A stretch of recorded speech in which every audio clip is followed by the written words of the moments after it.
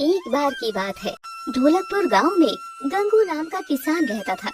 गंगू के पास खेत का एक छोटा टुकड़ा था जिस पर वो अपनी खेती करके अपना और अपने परिवार का पेट पालता था। गंगू बुद्धि का बड़ा तेज था। वो मौसम के रंग को देखकर बता देता था कि बारिश होगी या नहीं। इसी के कारण गांव में उसकी इज्जत भी बहुत थी। एक दिन की बात है, गंगू खेती कर रहा था, तभी उसके पास गांव के मुखिया जी आए और बोले, अरे भाई गंगू, बड़ी जोर से खेती करने में लगे हो, क्यों पसीना बहाते हो इस छोटे से खेत के टुकड़े पर? इसे मुझे दे दो और मेरे यहाँ काम पर लग जाओ। दरअसल मुखिया हमेशा से गंगू से चिढ़ता था क्योंकि वो खेत का टुकड़ा मुखिया के खेत से जुड़ा हुआ था। मुखिया चाहता था कि गंगू के खेत को वो कैसे भी हथिया ले, लेकिन गंगू अपना खेत नहीं देना चाहता था।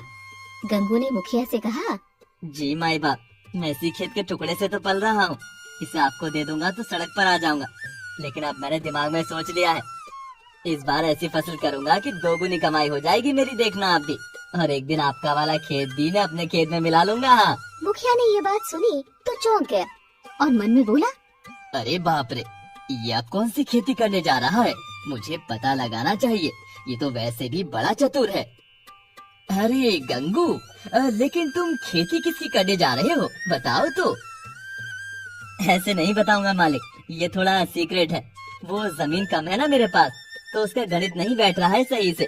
मैं रात में आकर यहाँ उसका हिसाब किताब लगाऊंगा। ये कहकर गंगू चला गया, लेकिन मुखिया के सर में दर्द कर गया।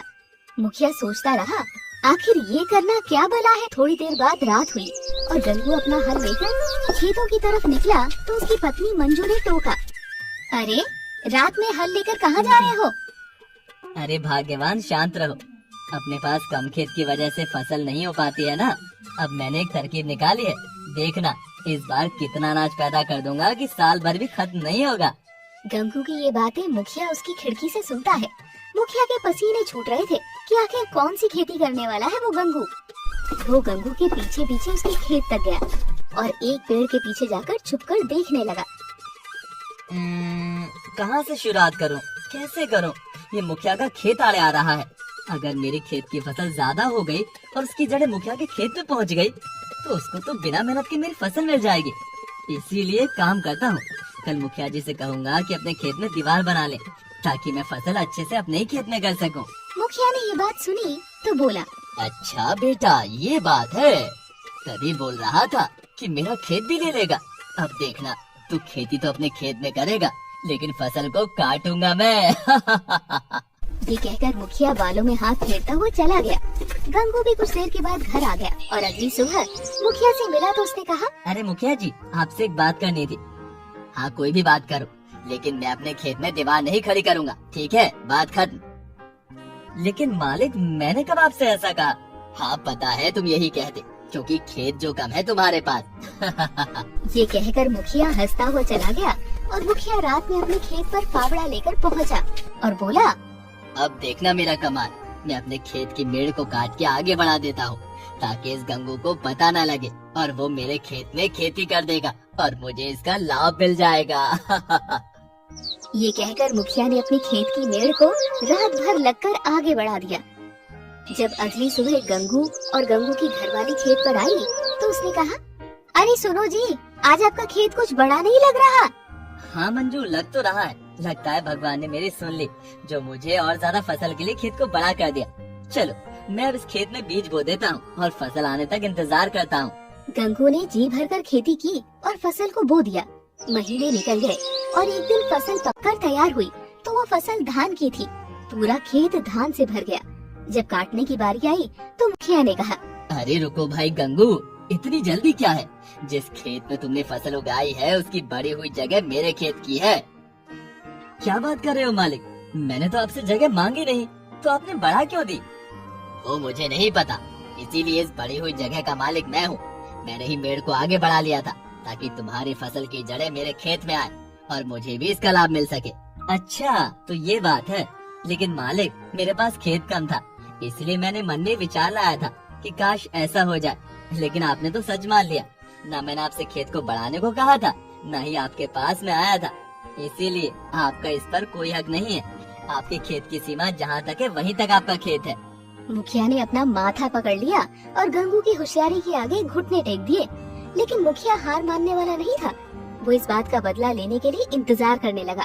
एक समय की बात है, गंगू बीमार पड़ गया और गेहूं की फसल की बुआई आने को थी। मुखिया उसकी हंसी उड़ाने के लिए उसके घर गया और बोला, क्यों भाई, देखा बेईमानी का नतीजा, पड़ गए ना बीमार। अब खेत को कौन जोतेगा, क्योंकि गेहूं की बुआई का समय जा रहा है और अभी तक तुम्हारे खेत में हल नहीं चला है। अब तो भूखे मरोगे। ये बात सुनकर गंगू जोर जोर से हंसने लगा और बोला, मालिक, मैं क्यों भूखा मरूंगा? मेरे बाबूजी का खेत है ना, वो मुझे भूखा नहीं मरने देंगे। ऐसा वरदान है उस खेत को। कैसा वरदान? मैं क्यों बताऊं आपको? आप जाओ यहाँ से, मेरी चिंता मत करो। मुखिया के एक बार फिर से दिमाग में सवाल घूमने लगा। मुखिया उसके घर से गया तो, लेकिन बाहर ही छुप गया। और जब रात हुई तो उसकी पत्नी ने पूछा, सुनो जी, बाबूजी ऐसा कौन सा वरदान दे गए थे जो ये खेत हमें भूखा नहीं मरने देगा? अपने खेत में हल तक तो चलाना ही है, फिर ये सब कैसे? अरे ये गोपनीय बात है, तुम्हें आज बता ही देता हूँ। कान इधर लाओ, सुनो। अपने खेत में बाबूजी ने कहीं पर सोने का मटका गाड़ दिया है, जिसे हमें खोद कर निकालना है। इसीलिए तो इस बार मैंने खेत को नहीं जोता है। क्या करना है जब इतना सोना मिल ही जाएगा तो। अच्छा, तो ये बात है। मैं तुझे भूखा इस बार मार कर ही रहूंगा। मैं जाकर तेरे खेत से वो सोने का मटका निकालूंगा, तुझे मिलेगा ही नहीं। अब क्या था, मुखिया अपनी पलटन लेकर रात में पहुंच गए गंगू के खेत में और पूरे खेत को हल से खोद डाला, लेकिन कोई भी मटका नहीं मिला। जब रात बीती, सुबह हुई, मुखिया गुस्से में गया और गंगू से बोला, क्यों रे गंगू, कहाँ है तेरे सोने का मटका? तूने तो कहा था कि तेरे खेत में सोने का मटका है। हमने सब जगह देखा, कहीं नहीं मिला हमें। कहीं नहीं मिला? ऐसा कैसे हो सकता है? आपने पूर्व और उत्तर की दिशा में नहीं देखा होगा। मैं जाकर देखता हूँ। जाते कहाँ हो? हमने पूरा पश्चिम उत्तर दक्षिण ऊपर नीचे दाएं बाएं सब जगह खोद डाला, कहीं नहीं मिला। सब जगह खोद डाला? अरे ओ भाग्यवान, सुनती हो? वो बीज ले आओ। मुखिया जी ने अपने खेत को पूरा खोद डाला है। अब मुझे हल चलाने की जरूरत नहीं है। किसी ने सही कहा है, भगवान गरीबों की सुनते बहुत है। इसका मतलब तुमने झूठ कहा था। वहाँ कोई सोना नहीं है। मालिक, सोना होता तो मैं कब का निकाल कर जमींदार बन जाता। वो तो मैंने अपनी पत्नी का दिल बहलाने के लिए कहा था। लेकिन मेरे एक बात समझ नहीं आ रही, ये बात आपको किसने बताई? मुझे कौन बताएगा? मैं क्या तुम्हारे घर पर थोड़ी था जो मुझे पता चल जाएगा। वो तो मुझे सपना आया इसीलिए। अच्छा, ये बात है। बेचारा मुखिया मुंह लटका कर चला गया। इस तरह गंगू ने अपने खेत को भी बड़ा कर लिया और अपनी बुद्धिमानी से उसी मुखिया से अपने खेत में हल भी चलवाया।